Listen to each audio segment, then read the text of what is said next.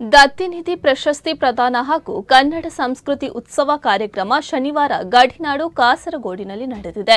ಕರ್ನಾಟಕ ಗಡಿ ಪ್ರದೇಶ ಅಭಿವೃದ್ಧಿ ಪ್ರಾಧಿಕಾರ, ಕಾಸರಗೋಡು ಜಿಲ್ಲಾ ಕನ್ನಡ ಪತ್ರಕರ್ತರ ಕ್ಷೇಮಾಭಿವೃದ್ಧಿ ಸಂಘ ಹಾಗೂ ಕರ್ನಾಟಕ ಕಾರ್ಯನಿರತ ಪತ್ರಕರ್ತರ ಸಂಘದ ಸಂಯುಕ್ತ ಆಶ್ರಯದಲ್ಲಿ ಕುಡಲ್ಮೇರ್ಖಳದ ಸುಬ್ಬಯ್ಯ ಕಟ್ಟೆ ಅನುದಾನಿತ ಶಾಲೆಯಲ್ಲಿ ಕಾರ್ಯಕ್ರಮವನ್ನು ಆಯೋಜಿಸಲಾಗಿದೆ.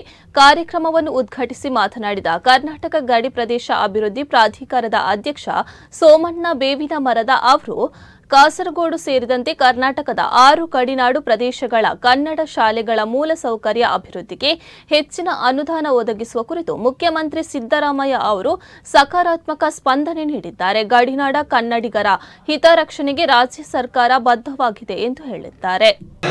ಪತ್ರಕರ್ತರಂದರೆ ಸಮಾಜವನ್ನು ತಿದ್ದತಕ್ಕಂಥ, ಸಮಾಜವನ್ನು ಬೆಳೆಸ್ತಕ್ಕಂಥ, ಸಮಾಜದಲ್ಲಿ ಶಾಂತಿ ಸೌಹಾರ್ದತೆ ಅಭಿವೃದ್ಧಿಯನ್ನು ಬಿಂಬಿಸ್ತಕ್ಕಂಥ ಒಂದು ಪತ್ರಿಕಾ ಉದ್ಯಮ ಬೇಕಾಗ್ತದೆ.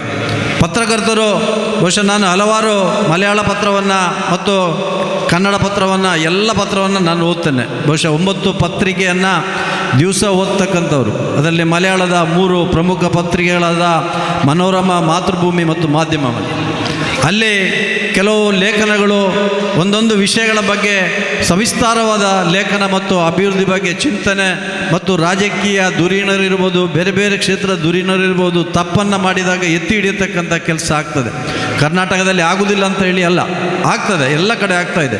ಆದರೆ ಕೆಲವು ಕೋಮು ವಾದಗಳನ್ನು ಮತ್ತು ಕೆಲವು ವಿಚಾರಗಳನ್ನು ಮಂಡನೆ ಮಾಡಿ ಮನುಷ್ಯರ ಬಗ್ಗೆ ಪ್ರೀತಿಯನ್ನು ಮಾಡ್ತಕ್ಕಂಥದ್ದನ್ನು ಬಿಟ್ಟು ಅವರ ವಿರುದ್ಧ ದ್ವೇಷವನ್ನು ಎತ್ತಿಕಟ್ಟಂಥದ್ದು ಮಾಧ್ಯಮದವರು ಖಂಡಿತ ಮಾಡಬಾರ್ದು ಅಂತೇಳಿ ಈ ಸಂದರ್ಭದಲ್ಲಿ ಒಂದು ಸಣ್ಣ ಕಿವಿ ಮಾತನ್ನು ಕೂಡ ಹೇಳ್ತಾ ಇದ್ದೇನೆ. ಸತ್ಯ, ಇಡೀ 6 ರಾಜ್ಯಗಳ ಗಡಿ ಭಾಗದಲ್ಲಿರ್ತಕ್ಕಂಥ ಮತ್ತು ಹೊರ ರಾಜ್ಯದಲ್ಲಿರ್ತಕ್ಕಂಥ ಕನ್ನಡ ಶಾಲೆಗಳು ಉಳಿಬೇಕು ಅಂತ ಹೇಳಿಯೇ ಈ ಕರ್ನಾಟಕ ಗಡಿ ಅಭಿವೃದ್ಧಿ ಪ್ರಾಧಿಕಾರ ಕರ್ನಾಟಕ ಸರ್ಕಾರದ ವತಿಯಿಂದ ಪ್ರಾರಂಭ ಮಾಡಿ ಅಲ್ಲಿರ್ತಕ್ಕಂಥ ಮೂಲಭೂತ ಸೌಕರ್ಯಗಳನ್ನು ಕೊಡಬೇಕು ಅನ್ನುವ ಉದ್ದೇಶದಿಂದಲೇ ಇವತ್ತು ಈ ಪ್ರಾಧಿಕಾರ ಹುಟ್ಟಿದೆ.